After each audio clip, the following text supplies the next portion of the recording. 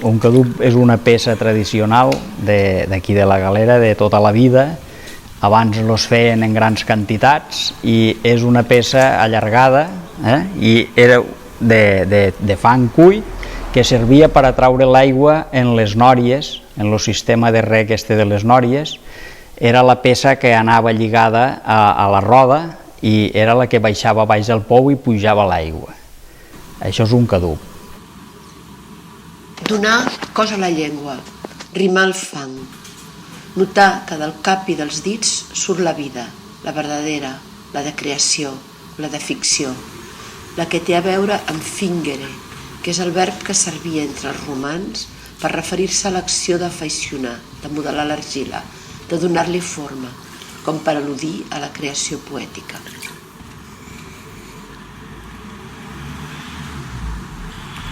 Què us pareix aquesta nova perspectiva? Basten estams i pistils? Mireu aquella barqueta que maniobra, l'argilenc de les teulades, el sol tardonal madur a les fatxades, a les copes daurades dels arbres. Mireu els transeünts entre clarobscurs. Sentiu com els corre l'aire i la sang? És una manera de diàleg amb els meus pares, que ja no hi són. També és una manera de processar el dol. El rostoll és el cereal, el blat segat, allò que en queda. Però justament el rostoll és necessari perquè el blat a continuació, més endavant, torni a créixer. Per tant, el rostoll no és només una conseqüència d'allò que ha passat, un rastre del passat, sinó que jo ho visc i ho vull transmetre com un camí cap al futur. La ruta dels anys sense mapes traçats, les cingleres cruents. Un excés de talent, o avidesa excessiva, sota el somriure que ni una ortodòxia no va poder encarrilar vist que en el biaix m'entesto a créixer torta. Potser perquè com la magnòlia busco, delerosament, la llum. Aquest llibre, que surt després de 20 anys de silenci, que és el temps que fa que jo havia tret el meu darrer llibre, és un llibre que vol fer, d'una banda, un forat, no?, per tornar a recuperar l'escriptura i aquesta dimensió meva, però també alhora la idea de forat ve d'una cita de Brecht que diu que l'art és una ferida esdevinguda llum. No? Jo defenso en el llibre que qualsevol ferida, en el fons, és un forat cap endintre, però també, si mirem en fora, pot esdevenir una finestra i, per tant, una oportunitat de llum. I una mica aquella idea de que dels forats se n'aprèn.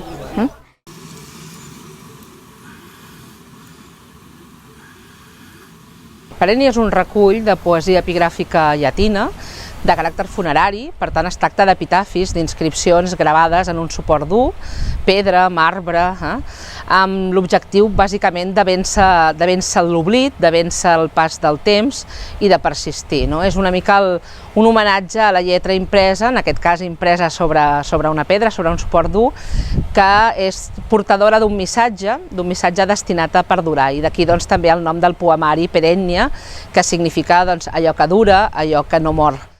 Annus quae vixis vigintiet unus et mensibus septem, genuitques me tres natos quod reliquit parvulos. Repleta quartum utero mense octavo ovit, attonitus capita nunquer sorum inspice, titulum merentis oro per legas libens, agnosces nomen coniugis grata emet.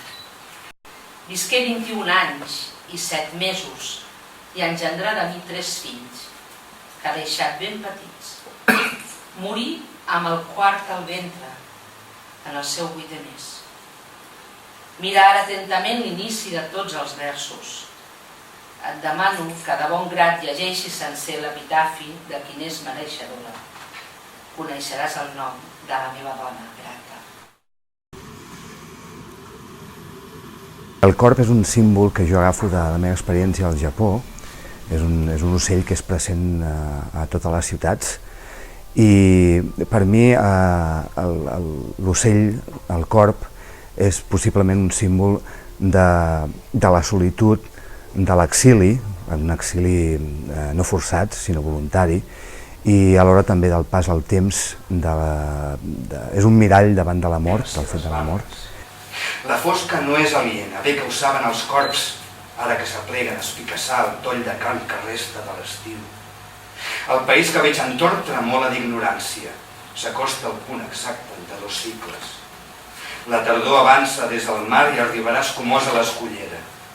Seuré a mirar-me el triomf de l'embat i em deixaré esquitxar per l'assalt de la nit que ja comença. Llavors grallaré i expulsaré les ales.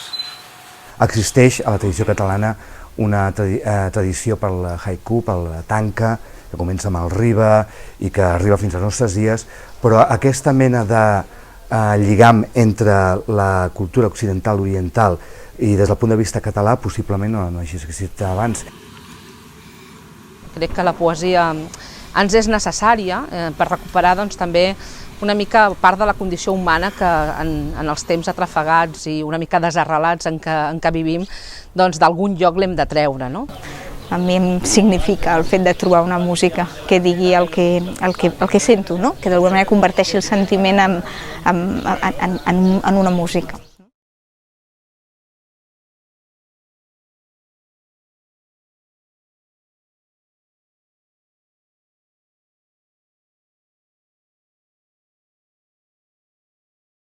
Visca la poesia i visca la terra i, en fi, que continuïn sempre de bracet, perquè són necessaris per a viure.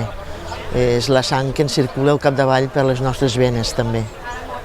És una altra sang, però és ben nostra.